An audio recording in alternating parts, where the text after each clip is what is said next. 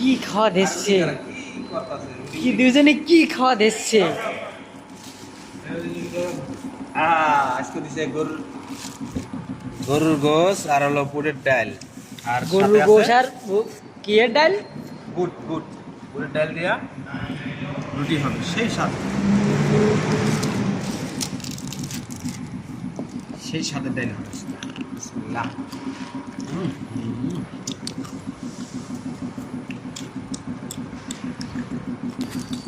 সবাই সেই খাওয়া দিচ্ছে, পুরো চমলক খাওয়া দিচ্ছে।